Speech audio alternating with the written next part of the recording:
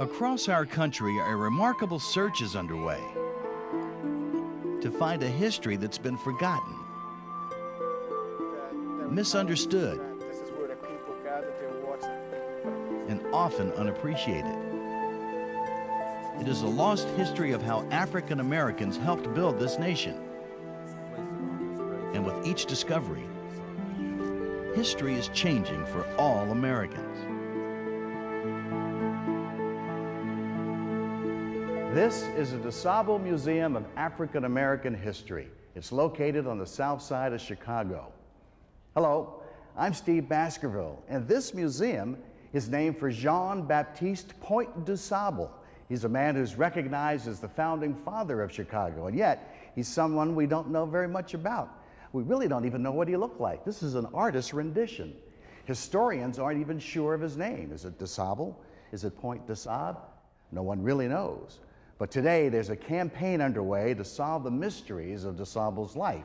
And in this next hour, we're going to take you on a remarkable search for what might be the best record of his life. His bones. They were buried in 1818.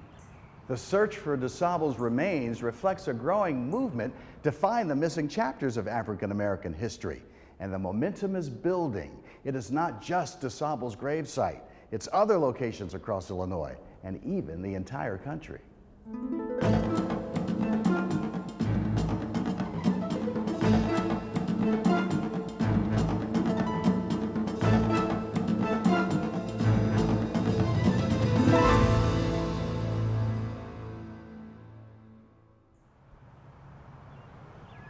In the cemetery of St. Charles Borromeo Church in St. Charles, Missouri, a ceremony is underway that could easily be mistaken as a funeral.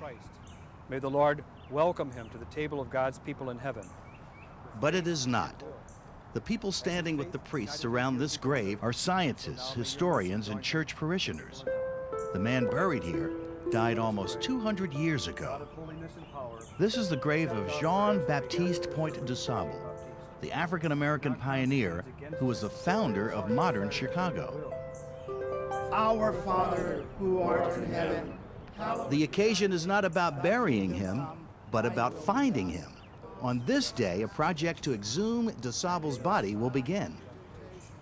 It's being spearheaded by Jihad Muhammad, director of the African Scientific Research Institute in Chicago, who would like to use today's technology to give a face to this African-American hero.